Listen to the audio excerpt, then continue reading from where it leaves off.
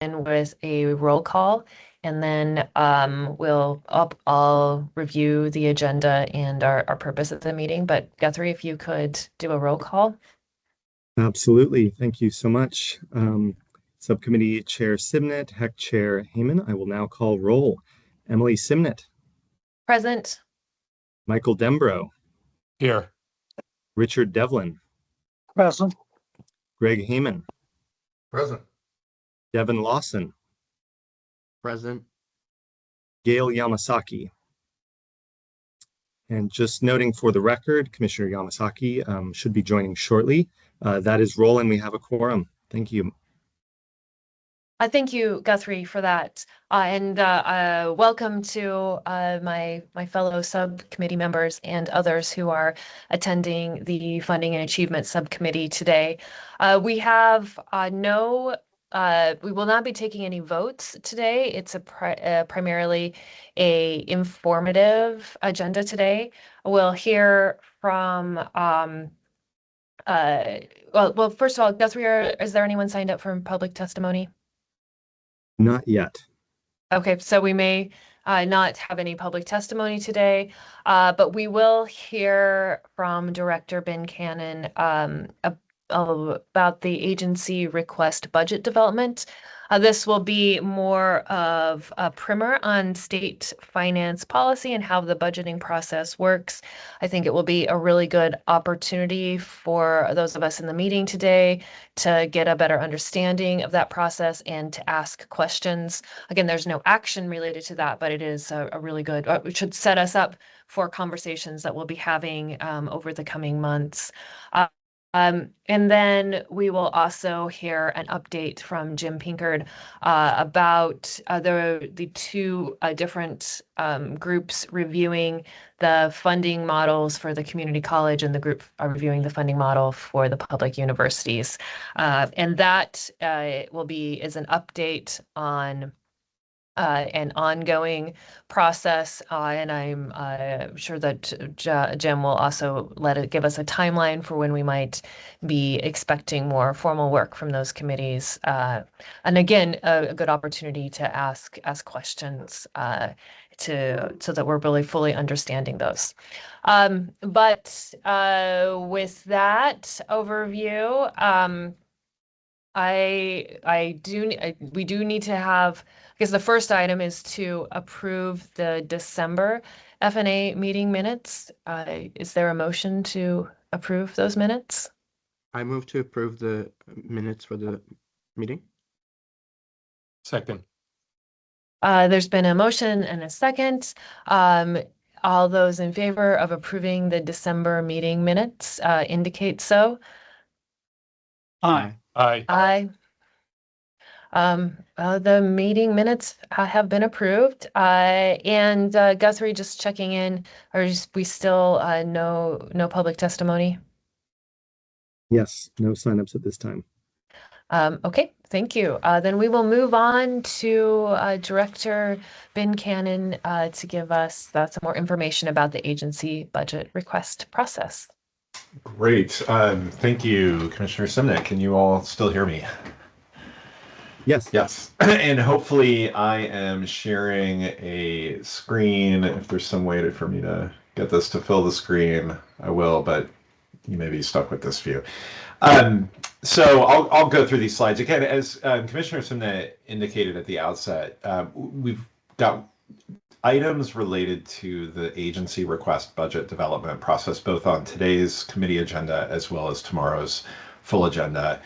Today, we'll focus primarily on process and sort of thematic ways of thinking about budget recommendations in connection with commission goals and state goals for higher education and workforce. Tomorrow, we'll get somewhat more granular and focused on some of the emerging possibilities for commission consideration. And we focus in particular in the ARB process on policy option packages, or POPs. So we'll spend some time reviewing those in the context of the governor's instructions to agencies, executive branch agencies, for budget development this cycle. So just note that we've sort of suspended this discussion over 2 days here, both with the committee today at a more policy and strategic level, and then tomorrow with the full commission getting a little bit more into the specifics. But welcome questions. I mean, today's discussion can be certainly as wide-ranging or as detailed as you want it to be. This committee will play a leading role in shaping the actual budget decisions of the commission. So your agency request budget at the end of the day will be adopted by the full commission, but upon a recommendation from the subcommittee. So we will really look to you to be driving the work, even as we continue, as we will tomorrow, to sort of open the window a little bit to the full commission so they have a sense of what's going on. So I'll turn to the slides. So I'll start with a process overview reminder, and then move into the policy and strategic considerations, drawing from some national work. And Jim will help me out. He's responsible for much of the preparation and literature review that informs this presentation. So I'm sure if there are questions, he may help in the response. This is familiar to most, if not all of you. The state budgeting process has multiple phases. We're at the early side of what will eventually become a legislatively adopted budget signed by the governor that becomes law. That will occur sometime around July 1st, 2027 for the 2027-29 biennium 2-year period that begins July 1st, 2027. But the work begins far earlier, over a year earlier, with the development of an agency request budget. And this is where the commission has the greatest responsibility and opportunity to influence the outcomes. So every 2 years in even-numbered years, the agency staff works with the Department of Administrative Services Chief Financial Office and the Governor's Office and the commission to develop a request budget. That budget must be submitted formally by September 1st. In practice, this means that the commission, the HECC commission, takes a vote at its August meeting to approve that budget. In actual fact, there's some additional work that happens after your August vote. This is a 1,000+ page document. Typically, you don't review every page. We're still doing some of the narrative work, some of the details, but in that August commission meeting, you will approve certainly the architecture of the budget with the policy option packages and the major funding amounts determined. It is helpful to know, or important to know, that agency request budget, that sort of one of the stages that is underway now to build the ARB, is to determine the current service level budget. That is a technical process according to methodologies established by the state, not by the HECC, but by the Department of Administrative Services and Legislative Fiscal Office to some extent, to establish a current service level budget. We then use that current service level budget as the basis for the ARB, and we make additions or subtractions from it in the form of policy option packages. So that CSL work is underway now. We supply information and support DAS in the development of CSL. The governor receives agency request budgets by September 1st, and by early December, she has released her request budget. That it must be balanced to revenues and is reflective of the governor's priorities. She can do anything in that. She can completely ignore our submissions. She can accept some and not others. She is constrained in a way that the commission is not formally by revenues, right? So that unlike the commission, she and ultimately the legislature must propose a balanced budget. We don't operate within the context of having to consider revenue in the development of ours. And then, of course, the legislature, in a sense, starts over, right? They're looking at the governor's budget, but they have their own priorities. They're looking at the CSL budget that's reflected in the ARB, and they are, through the Ways and Means process, ultimately establishing a legislatively adopted budget. We, the commission, will, during the legislative session, we will present to the subcommittee on education, probably, of the Ways and Means Committee, we will present the governor's recommended budget. So we are, in effect, working with and for the governor in presenting her proposals for budget priorities. And then, again, the subcommittee and the legislature will do what they do, typically in some form of negotiation with the governor, since her signature is required for those to become law. That is familiar to you. This slide puts a little bit more detail on the timeline. We are operating as of last month under instructions that we'll talk to some extent a little more about tomorrow from the governor or from DAS CFO related to the agency request budget process. Those have come recently. And again, we'll work with you over the course of these next several months to bring by August to the commission for vote a final agency request budget. I will, the timelines and the system requirements for ARB development the commission timelines and the system requirements are not 100% in sync. So I just will say, I won't get into the details, but I will just note that even as we are working formally with you to reach this August vote on ARB, we are also working with the governor's staff and CFO and within the internal budgeting system to start to put some things into the system, establish some numbers. There's some back and forth. It's an iterative process that's happening in large part behind the scenes, and ultimately, formally, you are responsible for final decisions. It's a little bit of a yellow flag around the fact that even well before that August vote, we are actually entering some, for example, numbers and titles of policy option packages into the system, and it becomes difficult, although probably not impossible, to undo that as the result of subsequent commission action. So these early conversations are important, getting feedback, getting you to say, no, absolutely do not do X, or please do Y. Sooner is better than later. So, okay, shifting gears a little bit more into the strategic or the policy considerations associated with budget development. This slide, which is drawn from Dennis Jones at Enchone's work from a couple of decades ago, the chart looks probably more complicated than it actually is, or for any of you who have been around higher education, you know these things, but this puts it on a page, I think, in a way that could be helpful depending on what type of thinker and learner you are. But it really shows that finance policy for higher education is complex. There's not a single source of funding. For example, funding for higher education comes from state and federal sources, from students, as well as from government. It comes when it comes from the government, it comes both in the form of student aid as well as direct appropriations or grants to institutions. So you see that sort of fork beneath the higher education box. And they show the relatively smaller contribution, but nevertheless contribution that gifts through from donors, foundations, and corporations make. So we focus, of course, primarily on the state contribution to higher education and workforce funding, and the primary vehicles for that support are funding for institutions, the public university and community college support funds, and our workforce programs. Funding for student financial aid through programs like the Oregon Opportunity Grant and the Oregon Promise, as well as the policies that we set in connection with distributing that funding to institutions and students. And we note here those are related to those primary elements of finance policy that affect ultimately student outcomes, student experience.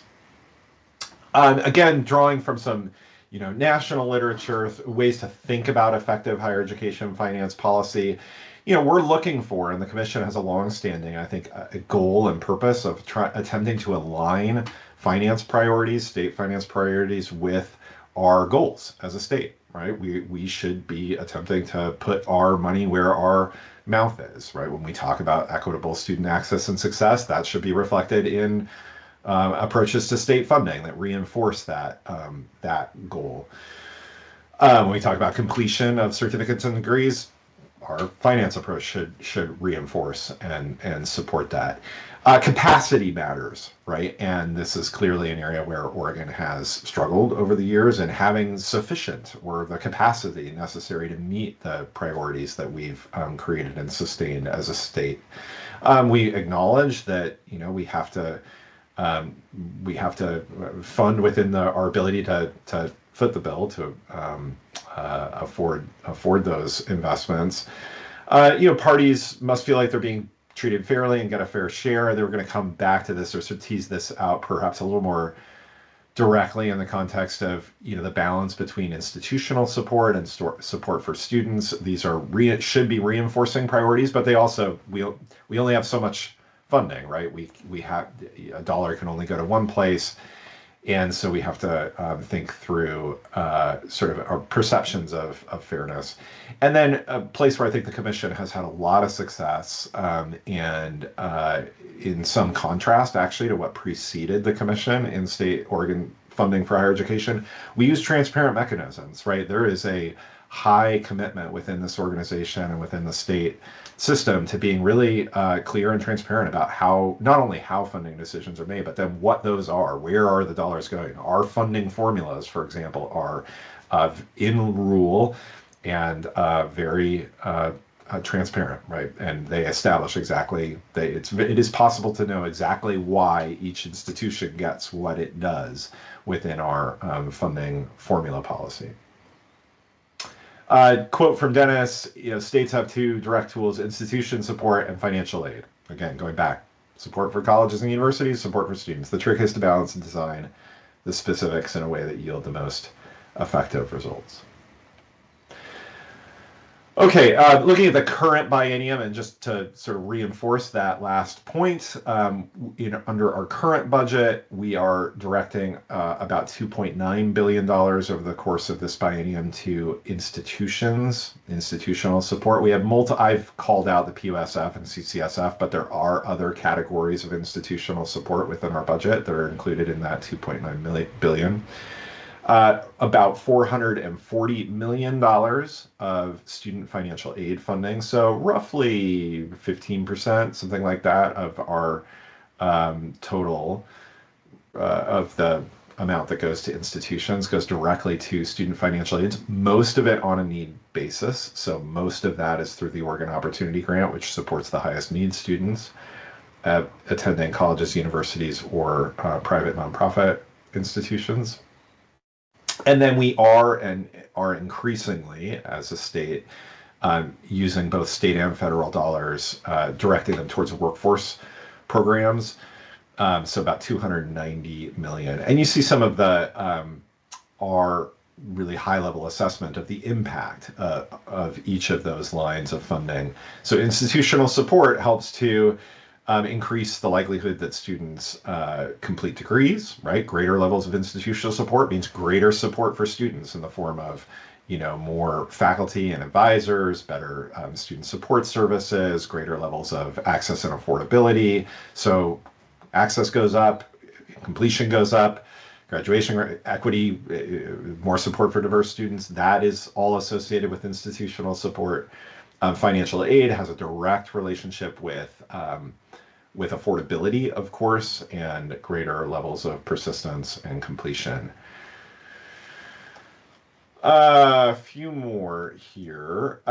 So over time, higher education has represented about between 8.7 and 10.4% of the state budget. It is one of the larger categories of expenditures within the state discretionary general fund lottery fund budget, but it has over time shrunk a bit.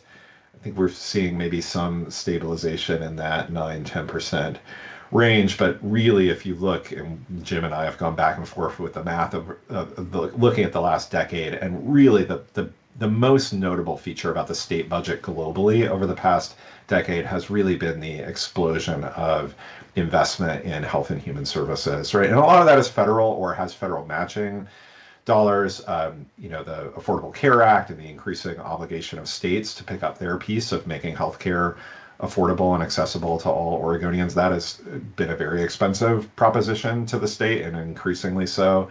Meanwhile, higher education has been on the, felt, I think, some of the squeeze of those decisions and those priorities by state leaders. Lessons from the past. So this slide, while we are not in a recession, nor are we predicting, nor are economists predicting one currently, there is of course always a risk. And during recessions, higher education has a pretty unique and important experience that's worth knowing. Higher education typically absorbs disproportionate state public funding cuts during recessions. The reason is as the state revenues decline, focus understandably is on the most sort of needy, job insecure people, and state budgets tighten, and higher education is often treated as sort of a balancing wheel, especially given the fact that institutions have other revenue sources, namely tuition. So there's just a very strong relationship, not just in Oregon, but across the country, with recessions or declines in state revenue are typically disproportionately experienced by as declines in higher education budgets. And I mentioned the tuition response that has been treated as an offset. And I frequently and publicly tell the story, so I'll tell it here, of having served like Senator Devlin and then Representative Dembro as a legislator when we were making massive cuts, the worst cuts to Oregon higher education that I believe the state has ever made on a proportional basis. And there was just a sort of understanding. Nobody liked doing it. We certainly didn't like doing it, but there was an understanding that at the institutional level, some of those cuts, maybe a lot of them, would be offset by greater tuition revenue, meaning that, you could keep people employed.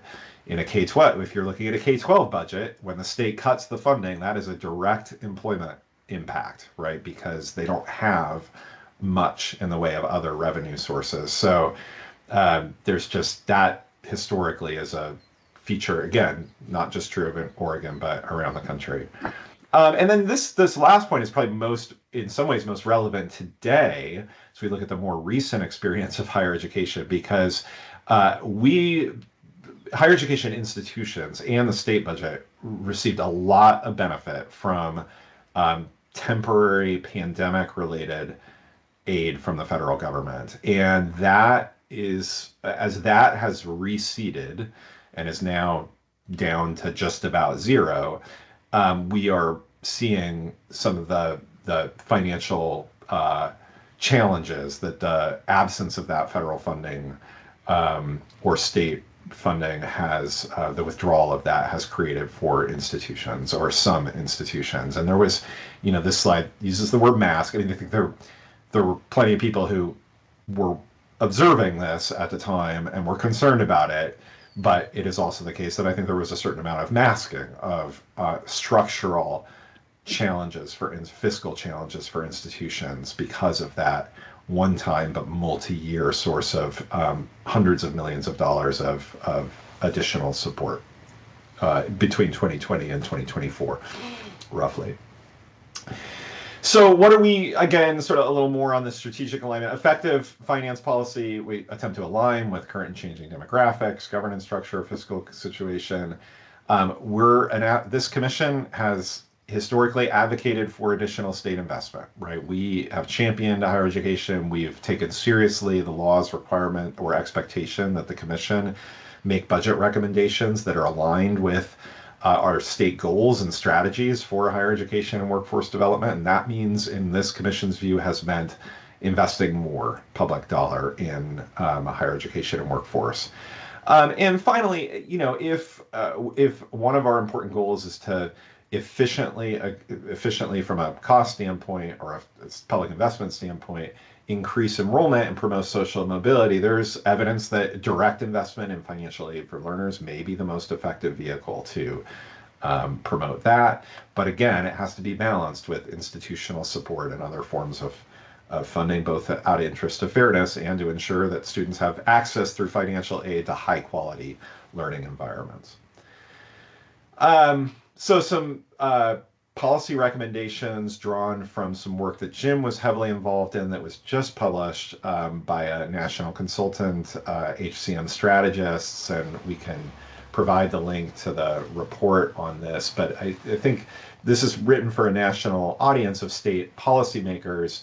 Again, Jim was part of a team that worked on these recommendations, and I think they're appropriate. That as state finance policy leaders, we focus on structural challenges and identified system-wide solutions. So our goal in our budget historically, and I think as we're being advised here, we're not attempting through our agency request budget to address or solve or identify specific institutional financial issues at specific institutions, right? We are looking at a system-wide and statewide level at the structural and systemic issues, and we are attempting to use budget finance mechanism to support institutions in evolving, innovative, adapting, meeting their resource needs, and strengthening our capacity to serve all students. Secondly, there's a recommendation that we center the needs of underserved students and regions, right? We are not sort of completely neutral about sort of every region, every student, every institution. There is a recommendation that we target resources. This is a realistic and appropriate role of state finance policy to target resources strategically to account for differences in institutional capacity, student need, and access. Our funding formulas attempt to do a lot of the work here, right? So this is where the distribution of state funding that's not reflected in our overall big budget request, but how we distribute, which Jim will talk about the work groups on in a few minutes, they really get into that in much more detail. And finally, we strive for balance and flexibility, or this is recommended, giving institutions implementation flexibility while maintaining accountability for shared goals.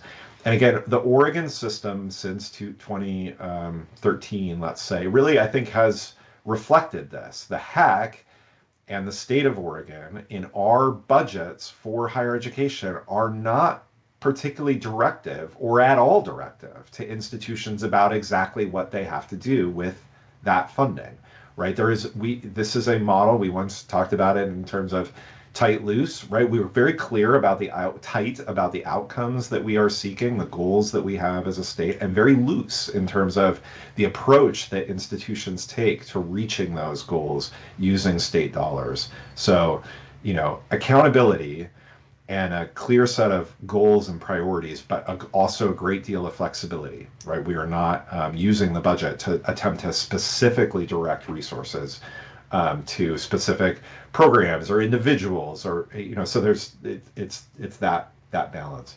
That's the last of the slides that I was planning to present. There are another 8 or so in the appendix that get a little more detail into some of the impacts of increased investment in supporting institutions, supporting student financial aid, supporting workforce programs. So happy to talk about or have Jim address any of that.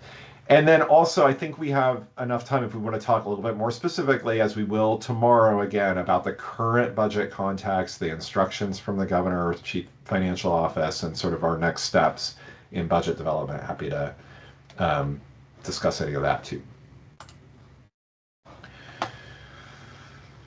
Madam Chair. Madam Chair? Did I hear Commissioner Devlin? Is that? Yes. Commissioner Devlin has a question, and then I saw Commissioner Dembro's hand, so we'll start with Commissioner Devlin. Well, first of all, I'll start off with kind of a statement and then go to the question. If I can go back until August of 2024, we were at that time making a recommendation on the agency request budget. And many of us that served at that time, there are a few people that are no longer with the commission, and quite a number of new people, expressed extreme concern about how the CFO and DAS, obviously, were calculating CSL. We were asked to vote for a governor's recommended budget that many of us did not believe was adequate to meet the needs. And many of us did that with an understanding that we had a commitment from the CFO, DAS, to re-examine the CSL process for post-secondary education, particularly the universities, in the interim biennium. For various reasons, and largely because DAS did not want to participate, that discussion never occurred. So I think that still needs to occur, maybe not in this budget cycle, but I'm sure that the discussion of CSL will occur in this budget cycle. And that it's not necessarily that anyone is saying that the CSL is going to solve all our problems, but the CSL should actually accurately reflect the actual cost increases that are necessary under what a normal CSL would be calculated. And there are some real shortcomings in how the CFO calculates the CSL for particularly the Public University Support Fund and to a degree to the Community College Support Fund.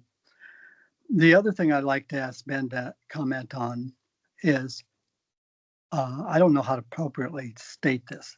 It's the dilemma that Ben is in. Most people are agency directors, and most of them don't serve directly to a board. As an agency director, he has to support the governor's recommended budget. The commission clearly has the authority and clearly has the responsibility to put forward a budget it believes adequate to meet all of those objectives that the commission and the state has set for higher education. And that's kind of an interesting position for Ben to be in. But I think the commission also has its responsibilities and at times has recommended things in the budget beyond what governors would like to see recommended. And I don't know if that discussion will actually lead to any changes in that are beyond what the governor believes should be recommended. But I just wanted Ben to comment on that kind of situation that he is in personally. Yeah, thanks.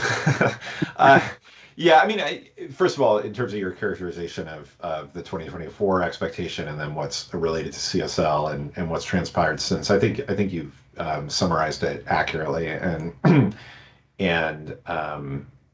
yeah, I'll just leave it at that. As far as the situation that I and the staff are in, yeah, I mean, we balance clearly the fact that we work for Oregon state government led by a governor who effectively oversees executive branch agencies and staff with our reporting responsibility to the commission, right? I work directly for the commission, and the commission has some independent authority. It is also governor appointed, right? And you, I think, should expect that, or I would advise you that if you want to push the boundaries of the governor's expectations for executive branch agencies when it comes to budget, the ARB process, that you do so in consultation with the governor or her representatives, right? Because, you know, just as you can take my job away, she can take yours if you want to look at it that way. So, you know, it's there's clearly some tension there, but I think it can be resolved through high degrees of communication and partnership. One other follow-up question. We just completed in the last couple of months a response to a budget note. And in that budget note, if I remember accurately, I got two conclusions out of that budget note. One, that many of our institutions under the current system are going to exhaust their reserves some have already exhausted reserves, but will exhaust them in the next couple of bienniums, maybe at the longest in some cases, and that our current funding model is not sustainable to always rely on tuition increases to balance the budget. Those are characterizations, but I think I can actually go back to the actual words and they'll be pretty accurate that one, institutions have declining reserves, and two, our funding model will not work in the long term. Yeah, I just put a little bit of an asterisk that I think you'd also see reflected in our report related to your comment about declining reserves. That the our calculation of the sort of 3 to 5 year period in which collectively reserves would be exhausted, there are like really two caveats. One, that's sort of a taking, if you add them all up, some negative, some positive, they sum to zero. And two, even more importantly, so it's not, the point being that's not true for every institution individually, it's sort of true collectively. But more importantly, that makes some assumptions that are not probably well founded, in the sense of it assumes that the institutions don't change their patterns of spending and revenue, right? So it uses recent trend data and applies that forward. What in fact you see appropriately from boards of trustees today at many of our institutions that are looking at a multi-year budget deficit is you're seeing actions to reduce that budget deficit by cutting expenses or growing revenue, or some combination of both. So we want to be really careful not to say that we are forecasting that that will be the case. We're saying, and then what we go on to say is that the sort of a cuts, like continual cutting in order to avoid that complete exhaustion of reserve funds, is not the Oregon we want to create. Right? Like that has its own negative consequences. So it's the general point. Yes, the nuance is important. Thank you, Madam Chair. Thank you, Ben. Commissioner Dembro, and then Commissioner Lawson. Great, thanks, Chair Simnett. Well, first of all, I want to again echo support for what Commissioner Devlin is mentioning with respect to the current service level. I do whatever help we can give you, Ben, in pushing for some kind of engagement with DAS to examine the CSL. I think I for one would really support that. As I mentioned last time, DAS did engage in a conversation with K-12 advocates around their CSL, which is not done yet. I think it's still ongoing, but it made some, I think, appropriate corrections, and I think it's time for the same to happen with the higher education budget. With respect to this, to the CSL, I'm wondering how are the WIOA programs going to be counted in the CSL, right? Presumably the plan is to either quickly or gradually remove them from our budget. The CSL presumably will reflect that. And, I'm just wondering when that calculation will happen. And then I have another thing, but yeah, go ahead. Yeah, I'm actually, maybe Jim or Tom. My assumption is that CSL will actually show those programs, which are federally funded primarily, within our budget, and then through policy option packages, they would be transferred. A portion of WIOA programs, really WIOA Title 1B, would be transferred to the employment departments through a governor's or agency policy option packages. Jim, you're nodding. Is that your understanding as well? Yes, that's my limited understanding. So at a CSL level, you're likely to see a continuation of those programs within our budget, even though the intent of the agency and the governor is for the Title 1B WIOA programs to be approved within the Oregon Employment Department's budget during the next long session. And we expect that even before that, there will be an interagency transfer of funds from the HECC to the Employment Department to support those programs. A date for that has not been finalized. Okay. But, as you suggested, there's probably not much general fund impact on that transfer. Is that right? Well, it's complicated. There is some general fund impact because alongside the WIOA Title I programs, the governor's intent is also to shift support for the Workforce Talent Development Board to the Employment Department. So that is a general fund, or at least partly general fund funded program. And there's some other limited general fund workforce dollars that we expect will be transferred, and that will again reflected by GRB, maybe in some way within ARB, but certainly by GRB, and in actual fact through interagency transfer before the new biennium. And one other question, this is probably something we'll touch on tomorrow, but I'm interested in the sort of process and timeline for this. Presumably the governor is going to want us to come in with a CSL budget for the next biennium, right? And that any POPs would presumably need to be offset by reductions elsewhere. And so I'm just wondering about the process for that, for identifying the areas for potential reduction, and how we engage with that, what we can expect in that process.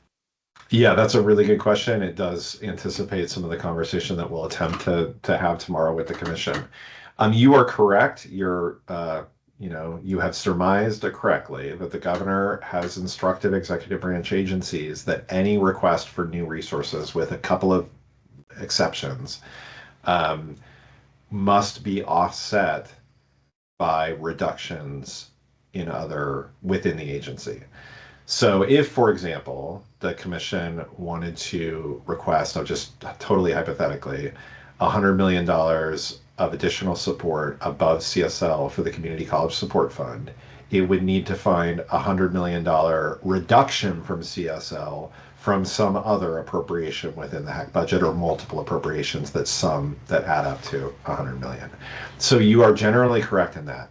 In terms of process, what we have done at the staff level, and what is reflected in tomorrow's materials, is we've done an initial sort of brainstorm of some potential policies for, funding policy or POPs for commission consideration. And we have noted, that they either qualify for an exception, or we have shown sort of the offset.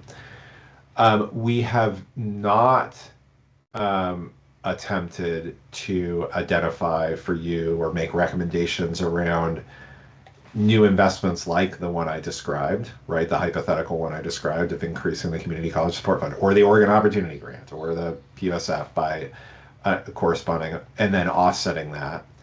And we will look to the commission for suggestions or guidance about that, right? If you, and really this committee in particular, want to have a structured conversation about options for new investment offset by reductions elsewhere within our major funds, we'll talk about it, and we'll work with you on it. There is one exception that you'll see tomorrow, and I hesitate to invite the conversation today because it could be a significant one. The one that is on your list for initial flagging tomorrow is a proposal to shift funding from the Oregon Promise to the Oregon Opportunity Grant. So it would grow the Oregon Opportunity Grant, offset by a reduction to the Oregon Promise program.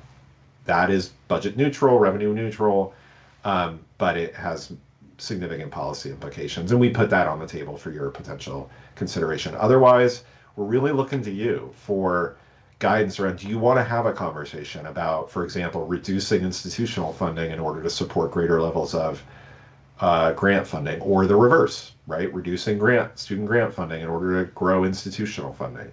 That type of direction we would require from you in order to start to present potential options for consideration. Thanks. It's very helpful, Ben. Thanks. Commissioner Lawson. Thank you, Chair Simnett.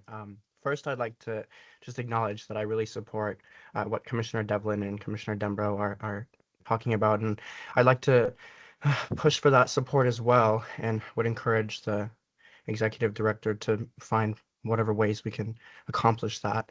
And then through the chair to Director Cannon, I just have a process question regarding the origins of the report.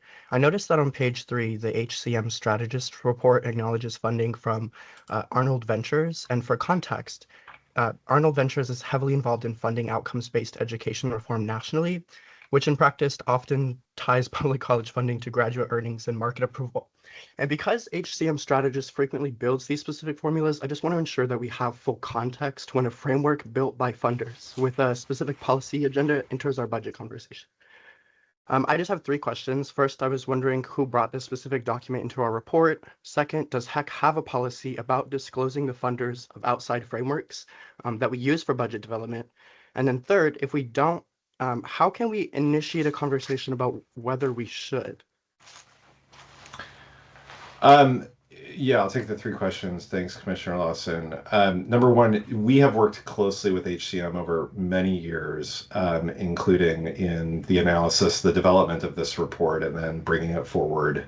Our decision, our staff decision, I'll take responsibility for that, to bring it forward as one of several sources that is highlighted within this document. In terms of the agency does not have a policy around evaluating or disclosing funding sources for the many groups and external resources, consultants, nonprofit organizations, other third-party entities that we draw inspiration or ideas or advice from. There is no policy, and it would really probably require direction from the commission for us to go down that path. I would probably express some reservations about that type implementing that type of policy, but that would be a commission decision. I will say, I mean, in terms of the HCM specifically, because we have worked so closely with them, including in support of the development of the funding formulas that we are using and now reviewing for distributing funding to community colleges and public universities. You mentioned Arnold and outcome, and I don't know anything about Arnold, but it is very much the case that HCM has worked closely with us and with the commission to support an approach to distributing funding to institutions that emphasizes and rewards and focuses on student outcomes. I will not apologize for that. That comes directly from the commission set priorities around equitable outcomes for Oregon students. And again, don't know anything about Arnold. HCM advice and support in that has been, I think, really helpful at achieving the commission's goals, that in our funding distribution, we look not just at enrollment and not just at where students are taking courses, but we look at student outcomes, and we do so on an equitable basis. So a longer conversation, we've been having it for many years in Oregon, and I will defend that work till I'm blue in the face. Madam Chair, if I could ask a follow-up question. Yes, Commissioner Lawson. Thank you, Director Cannon. I totally agree. You're absolutely right. I don't think that, of course, all of our research has funders, and that doesn't make it wrong. I just want to be clear that I'm not saying that this report is wrong because of who funded it. I think that would just really not be fair, and it's really not my claim. I'm just asking for transparency. I think that when we evaluate any research, I just really want to understand the context it was produced in, and I don't think that's necessarily political. I just think that's how good scholarship works. And I also hear that you're concerned that, of course, it would take so much energy and effort to vet every single document funders because we have so many. But I guess I'm not really asking for deep investigative dives. I think that's a little ridiculous and extensive of staff time. But I think that a one-line acknowledgement in cover materials like this document was produced with funding from X or X, Y, and Z, I think I think that we can do that. And I'd love to hear your reservations in a follow-up email. Yeah, happy to, Commissioner Lawson. And just very quickly, I mean, we may be in a sense talking past each other because I can very clearly stipulate that this document that we've shared with the Commission was the result of state-funded resources alone. We didn't receive any external funding support for the creation of this document. So there may not be any sort of issue there. If I might have misinterpreted you to be suggesting that when we cite an external report, as we do a number of different external entities here, we would need to go the additional step of citing their funders, and that I think could get laborious. But this document that we are sharing with the Commission has no external funding associated with it. Gotcha. Understood. Madam Chair. Was that Commissioner Devlin? Yes, Madam Chair. Yes. And just a note that we're a little bit behind schedule, but we still have until our scheduled to meet until 2:30. But go ahead, Commissioner Devlin. Thank you, Madam Chair. I'll make this quick. Actually, on one of your slides, higher education portion of state budget, I would point out that the comment at the end of it on the left-hand side, spending for K-12 and health human services grown in proportion, I don't think accurately represents the reality in the sense, and I know that there's some justification for this, but in 1719, the general fund lottery fund allocation to education, including K-12 and other education, which includes all post-secondary education, plus some of the Department of Education, the total percentage of general fund lottery fund was about 50 to 53%. It is now 40%. And at the same time, the allocation for human services at that time was, let me see, approximately 25.4% and is now 35%. So there's been a huge increase in human services expenditures. I'm not saying it isn't warranted. I'm just saying it's the underlying reality. And just to be fair, a couple of those percentage point changes in the education may be more attributable. A portion of the new corporate tax structure that we have is dedicated to education.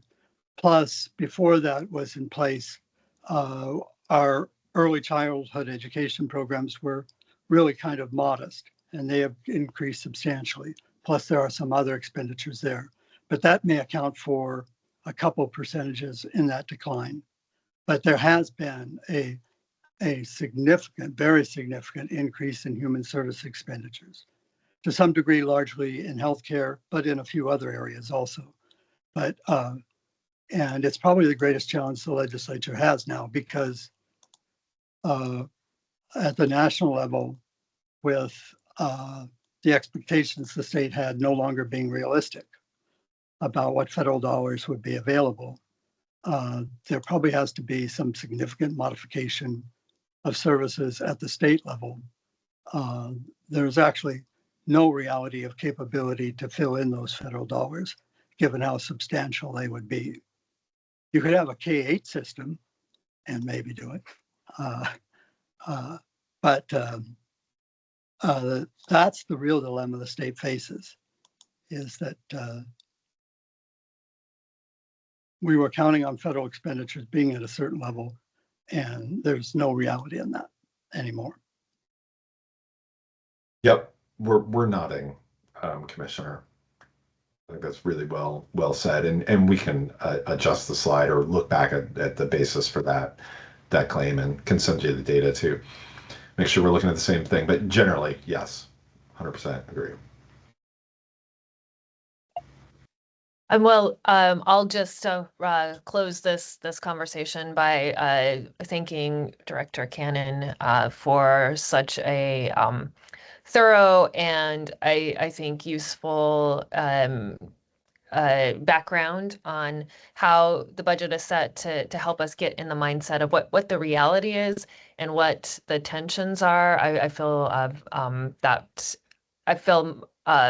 clear on that, even if I concerned about the state that we're in. And I also want to express my appreciation to fellow commissioners who are bringing such a vast array of knowledge and background to the budget discussion as well. I guess stay tuned and we'll see how this plays out. But I'll to Jim Pinker to talk to us about the two support funds and the work groups underway on those. Yes, thank you, Madam Chair. For the record, Jim Pinker, Post-Secretary of Finance Capital. Good to be here with you this afternoon on this beautiful spring day. But item 4.0 did want to talk to you about, give you an update on the progress we're making in our review of the Community College Funding Distribution Model, or the CCSF Community College Support Fund Distribution Model. We did bring, you may recall back in the fall, a plan for the review of that. It is posted as docket item 4.0A with a very limited and technical purview, a limited scope. You may recall, of course, too, in 2023, that was the last time in which we made changes to the distribution model, whereby which we added two set-aside components, one for student support and one for student success. The intent there, once fully implemented with those changes by the end of the decade, 10% of the total CCSF appropriation will be allocated for student support and student success, which is in alignment with, as Ben noted, our state higher education goal of equitable student attainment and outcomes. So that change was made in 2023, and this review was designed during the middle of the implementation process to really ensure that we're still on track, to really make sure that we're not creating unintended consequences, to make sure everything is really being implemented smoothly.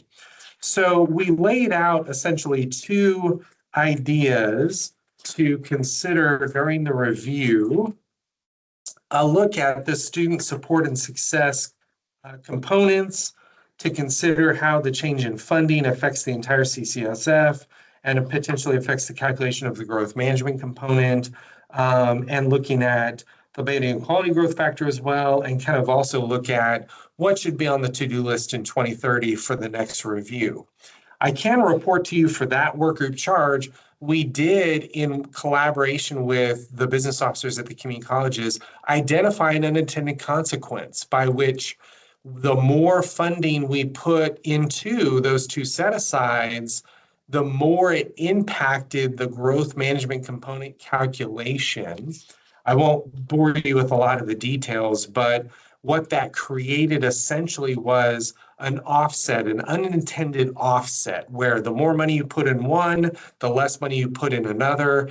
And that interaction is something we not fully understood when endeavoring to implement this. So in our conversations with a subgroup that the full work group created to provide expertise on, we delved into that issue, looked at it really closely, came to the conclusion that maybe it's okay to identify the unintended consequence, but to let it play out, simply because once fully implemented, the two set-asides and the funding for them should resolve. So that unintended consequence in the short term might create some challenges, but in the long term will resolve itself. So that was a very good conversation to have with the work group, just again, to build our confidence that we're on the right track.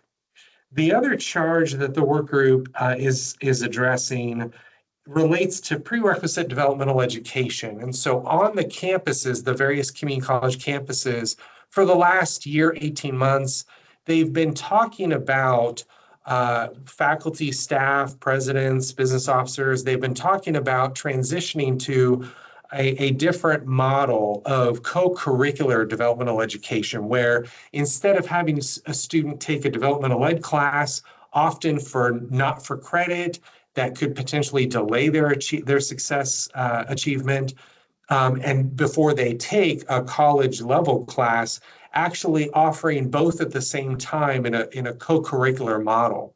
So the presidents last summer of the colleges, through the Oregon Council of Presidents, decided that in collaboration with academic voices on campus and other partners to move forward with that across all 17 colleges.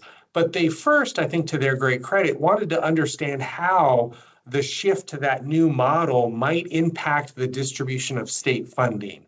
So we laid that out as one of the charges to provide the space and the venue in which we could put together a work group and collaborate with them on kind of digging into those issues. And so we lay out in the docket item that we're still in the middle of kind of looking at that. We've done some analysis to look at the underlying data. And we've modeled some, kind of taken an initial stab at modeling what would a worst case scenario be, what would some other scenarios be. So we're still in the middle of engaging in those conversations with the work group. And we expect more development on that in the next few months. As we look to bring to you, back to this group in October, a set of consensus-based recommendations from the work group that respond to these charges. But I will point out that there was one charge that the work group itself decided to add, charge number 3, around data reporting. And this is really important because we're doing similar work for our universities, but there's a concern at the campus level that if students choose not to report demographic data, that could potentially lead to a situation where within the calculations of the student support and student success set-asides, we're not accounting for every student on campus that could potentially be counted in those set-asides. So really the idea here is how do we improve that data reporting? And it's really just a question of how do we work with the students to convince them that reporting this data actually leads to better, I don't want to say better funding outcomes, but a better, more robust approach as we look to distribute state funding at the campus level. So because we use low-income students as one of our priority populations, and because that low-income definition is really, are they Pell eligible? It's really important that they fill out the FAFSA as an example, because we won't have that data. So the FAFSA completion rate is kind of trailing off a little bit. So we're trying to engage with different partners on exploring options around how can we work with campus level voices, work with students around encouraging students to fill out the FAFSA so we have the data that we need here at the HECC to drive those calculations. So that was the third charge that the work group chose to add themselves. And that's just a few notes, a quick overview of kind of where we're at with this work. Again, I'll leave you with the idea that we're right now in the timeline considering October as the next step in this process. We do think that in August of 2026, if we have a funding and achievement subcommittee, we might bring another update at that point in time too. But ultimately, we expect recommendations to present to you in October. So with that, Madam Chair, I'll pose for questions, stand for questions. I see Commissioner Lawson has a hand. Yeah, thank you, Madam Chair. Through the chair to Jim, I have 2 specific questions, I guess, regarding the demographic data in these models. First, regarding the GMC gap, I need to understand that this not in like formula language, but in human numbers. If that'd be really helpful. I have ADHD, so if you could help me break this down. I'm wondering which specific colleges we're talking about, how many actual students this represents, and whether or not staff would be able to provide that specific breakdown by race and income level. And then second, regarding developmental education, I recognize and directionally support Oregon's move toward co-requisite models, but before I can responsibly evaluate the formula implications, I'm wanting to understand the current baseline, and I'm wondering if staff can provide the exact numbers of who is currently still enrolled in developmental education courses, also specifically disaggregated by race and income. I'm taking notes. I think the short answer is yes, we can provide additional information to follow up on, both for developmental ed, because I think we have that pretty readily available.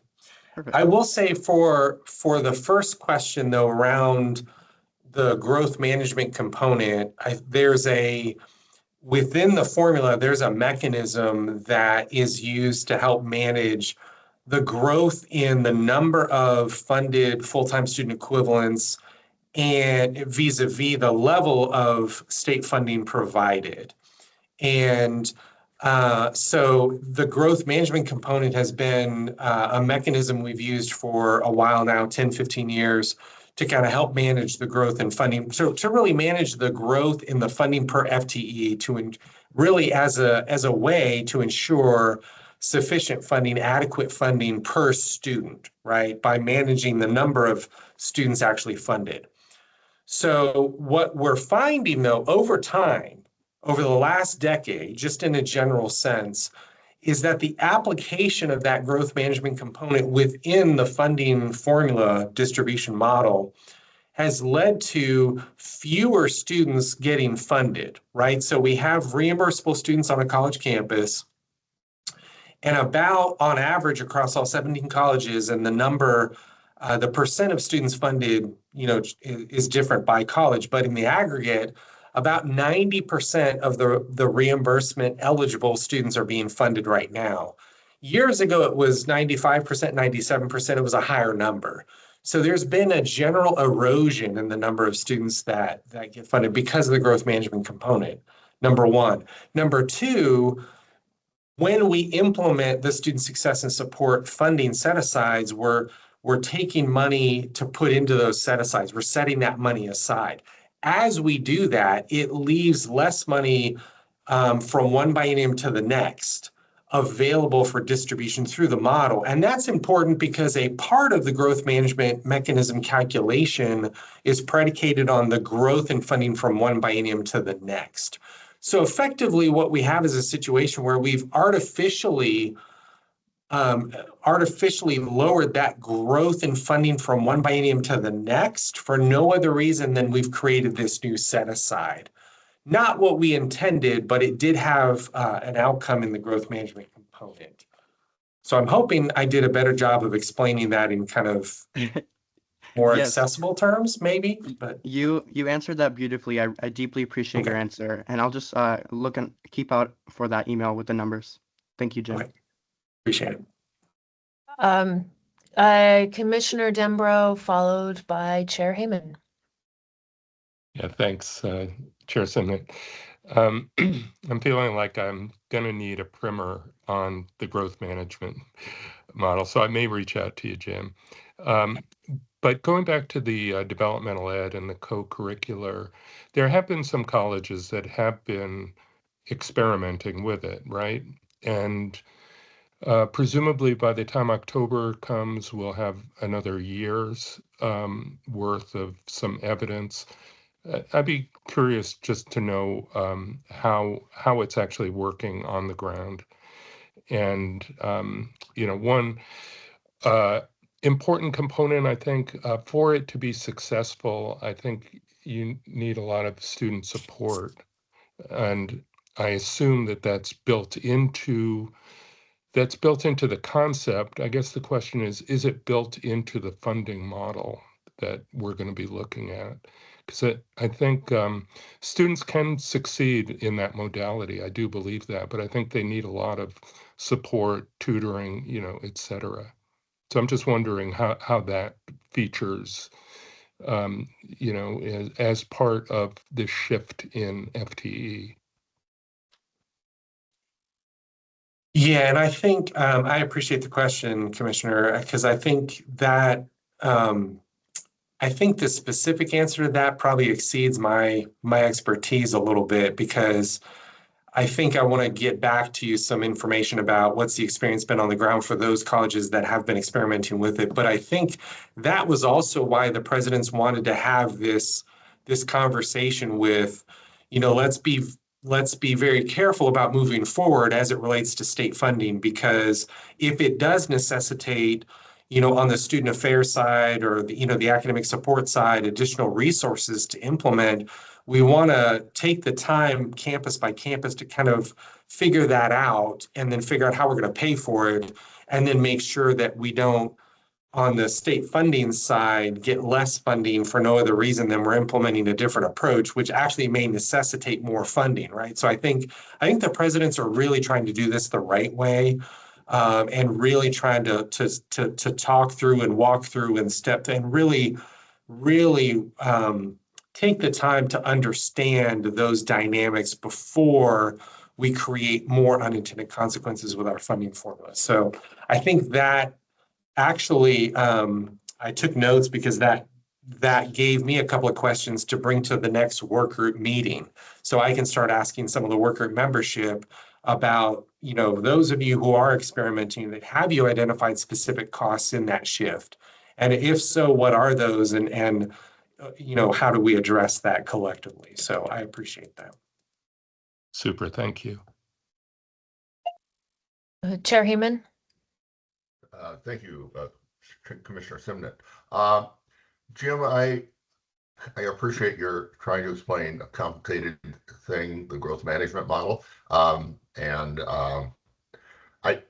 If I could offer a couple things I want to offer. I think, first of all, the distribution formula doesn't actually fund individual students. We use it as a metric to provide funding to an institution. So I want to make sure that nobody concludes from this conversation that we fund some students and not others. That is not what we do. We simply use that as a calculation to help us understand how much to distribute to an individual institution. Second, I think the set-aside issue is completely an unintended consequence of well-intended action, and I think it does warrant some sort of review on that one. I certainly didn't see that coming when we started doing that. Third, this is a longer conversation, but I do want to. I'm beginning to think about what the distribution model does, and I think the university does the same, but I know the community college one much better, is it tries to find a balance between using resources to fund growth and change, and at the same time maintain some sort of preservation of an existing educational structure. And I would be one that wants to perhaps advocate that we rethink that the balance between those two prerogatives, two goals that we have. I think that there are certainly institutions who are trying to do innovative things that find that the current model doesn't respond very effectively to that innovation because it takes a long time for the money to follow that effort or that new program. And I understand why we did that, but I think, again, it's a bigger conversation, but I think that might be something I'd like to see us evaluate or reevaluate at some point. What's the right balance between preservation and innovation? Thank you.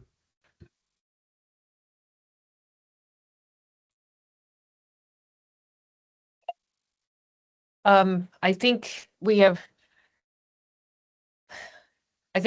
are just a time note. We have 13 minutes left, and we still have the other work group to hear about. Is that correct? It is, Madam Chair, and I can walk you through that pretty quick. I'm intrigued by the questions and want to make space for that. We do have on the public university side a formula review occurring as well. I'm not convinced I understood why I thought that was a good idea to do both in parallel, but I do think it gives us opportunities to tackle some of these larger issue questions, and also I'm taking notes to populate the to-do list for next reviews, next steps as well. So on the university side, we do have a bit of a different review, a broader review, as we laid out in the final review plan, which is posted as docket item 5.0A. We have been meeting with them, with this work group, since January. We are a couple of meetings in and have meetings through June, July scheduled for them. We do plan on bringing recommendations back to this body in October for your consideration. But as we work with the work group that we created for this, which includes a decent representation of workforce economic development voices in the state, because of the charges relate to addressing the area of study bonus and the engineering technology sustaining fund. Those are kind of being done in parallel. We also are looking at transfer alignment issues and some technical issues, simplifying the formula calculations, making sure it's, as simple and as transparent a set of calculations as we can make it. So a lot of the conversation to date has really revolved around the area of study bonus. Specifically, how do we better align the distribution of funding through this model with our state's workforce and economic development needs? The area of study bonus is a small portion of the outcomes-based category of funding within the model. I think it's about 3%, 4% total, but a big part of the policy alignment between this mechanism and workforce economic outcomes. And so we thought the time of this review was perfect for having the conversation with our workforce and economic development partners around what are the state's emerging needs and how does this model align with those needs and what does that look like? There's other work going on to develop a definition of high demand, high reward and lay those out as well. So there's some parallel work in other venues going on that will support this work. But what I can tell you today is we continue to have those conversations. We've invited some research folks in. The very next meeting, the economic labor economists are going to present to the work group on the future of the Oregon state economy. I think I'm looking forward to that conversation. So we're still in the engagement phase of this work, really talking through with the 15, 16, 18 members that we have around what that looks like. So for the Engineering Technology Sustaining Fund, the work group has been discussing the areas with that. And my interest there, as I've described to the work group, is ensuring alignment between the area study bonus and the Engineering Technology Sustaining Fund. They both are kind of workforce economic development alignment mechanisms. So I want to make sure they're complementary and not working at cross purposes. And so the work group is really rolling up their sleeves and focused on that. We've had some conversations about that, but we're still in the ideation phase there. Transfer alignment, the charge there is just to make sure that we're supporting within our funding distribution models, other policy work that the HECC is doing, the Transfer Alignment Council, and making sure the dollars are flowing where that other policy work is headed. So that's kind of the quick synopsis. The university funding review feels a lot more open-ended and a lot more nebulous, I think, for some of the work group membership. And we're trying our best to support their discussions as they start thinking about the next steps. In May and in June for the next two work group meetings, we are going to bring in HCM strategists to help better inform the discussion and to facilitate the conversations. We sometimes in this process, having a third-party facilitator to support the work that we do as HECC staff really expands our ability to support the work group in these conversations. So we're looking forward to that conversation. But May and June is where we're going to start working with the group on kind of creating some emerging recommendations around the consensus-based recommendations the work group wants to make in July, August, as we turn our attention to bringing these recommendations for your consideration in October.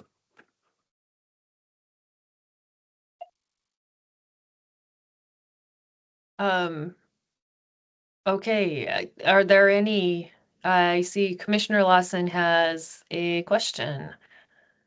Yes, I'll make it quick since I know we're running out of time. Thank you, Chair. Through the Chair to Jim, I have two questions. First, regarding the area of study bonuses, I'm looking at the current projections, and I'm wondering if you could provide the projected gender distribution of the completions that will generate these bonuses. I'm just asking because I'm thinking that I think that we really should understand exactly who this formula is designed to reward in order to evaluate whether those outcomes align with the Commission's equity commitments.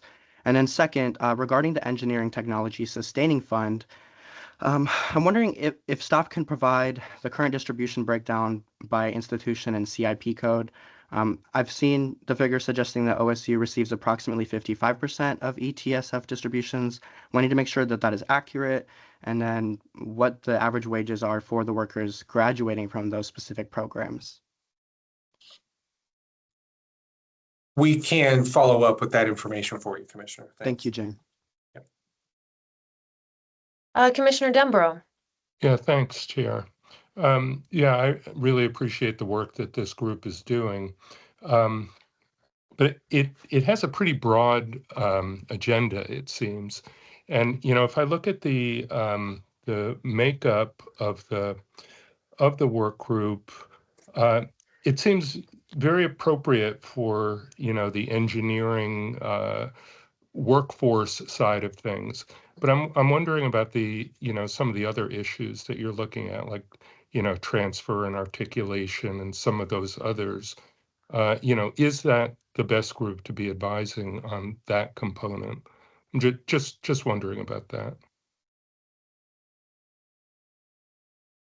Yeah, I think what we laid out in terms of the charges for this work group, because back in 2020, during the last review, transfer alignment was on the to-do list there. And we really centered transfer alignment more so during that review and made progress in aligning that. This review is kind of part 2 of that. So it was designed and intended to be a much more narrowly focused on transfer than the last review was. So I don't know if that's helpful in just explaining that, just in explaining that partly the thinking was we wanted to make sure that we had enough time and energy and attention and work group membership focused on area study ETSF, not to shortcut or shortchange or shorthand the focus on transfer, but because it was such a much more narrow scope. And because we're interacting at the HECC staff level with the Transfer Council folks and engaging with them behind the scenes, I think we feel comfortable that although the membership probably doesn't focus as much on transfer, we still think it's probably okay. But I'm certainly open to building into the process more of that as we need to. And I think I'm going to ask the work group itself that question, because I think there's value in posing that question to them and getting their feedback on kind of that issue going forward. So I appreciate that.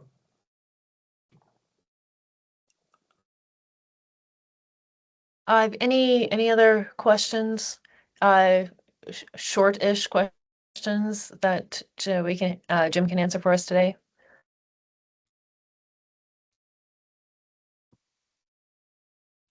I feel like we've given Jim plenty of work already Madam in Chair. the follow-up email. Chair. Who am I? I'm sorry, I can't tell who's speaking. Oh, Oh, I is it? will Oh, do. sorry, I Commissioner was gonna Devlin. ask Jim, Commissioner I was Devlin, gonna- I'm sorry. Yeah, go ahead. I would get Jim to do a projection. Can you give me the Dow in December of this year? Okay, now we're just getting. I think he could do it. I'm sorry, Madam Chair. I must have had a technology shortcoming. What I heard was an expression of appreciation for the hardworking HECC staff and Yeah. all the diligence and care that they're offering this work. And I appreciate your expression of that. I apologize, but my mic is cutting out, right? Oh, okay. Well, Yes. indeed, we are very grateful as a subcommittee for all of the detailed reports and materials that we receive, and I feel the very clear explanations of very complex work. And I think we're look forward to hearing answers to the questions and hearing more about the work in these working groups going forward. So with that, I think we can call the meeting to a close, unless there is any other business I am missing.